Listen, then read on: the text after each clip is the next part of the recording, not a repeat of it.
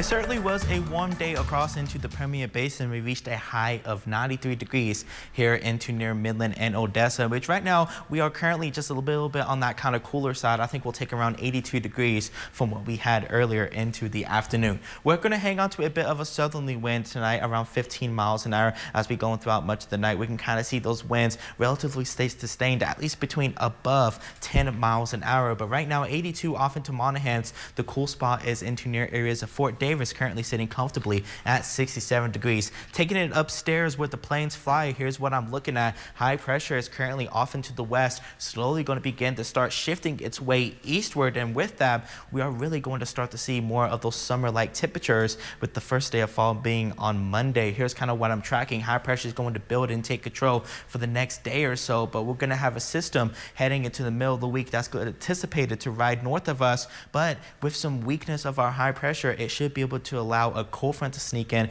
to bring some increased rain chances alongside some cooler temperatures. But before we get there, here's what I'm tracking. At least heading into Sunday, most of us are anticipated to stay clear. More of those sunny conditions will persist. If you have any travel plans, mostly off into the east into near areas of Abilene, pushing into the DFW, there is going to be a severe risk with that little green color right there. Some isolated flooding, some gusty winds, and some small hail. But I do anticipate most of us into the Permian Basin to not much see in the way of severe weather or even rain chances. In fact, I'm going around 10% coverage heading into our Sunday. I do anticipate most of us are going to remain dry, and that is going to be pretty much a same story heading into our Monday. More sunshine, high pressure is going to take control. We're going to be seeing 90s near triple digits, but hopefully some relief is going to be on the way heading into, I think, around Tuesday night into Wednesday. We'll start to see a cold front that should be able to start digging its way down into the Lone Star State, and with this we should be able to see an opportunity for at least some increased rain chances and hopefully some cooler temperatures.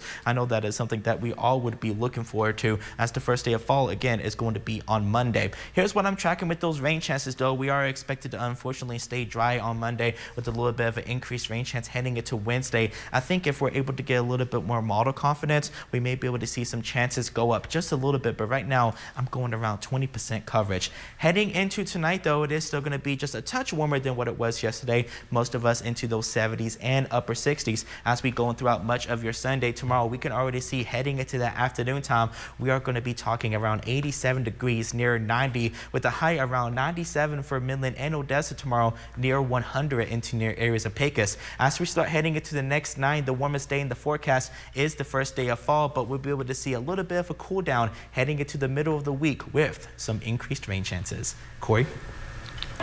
Yeah, Andy.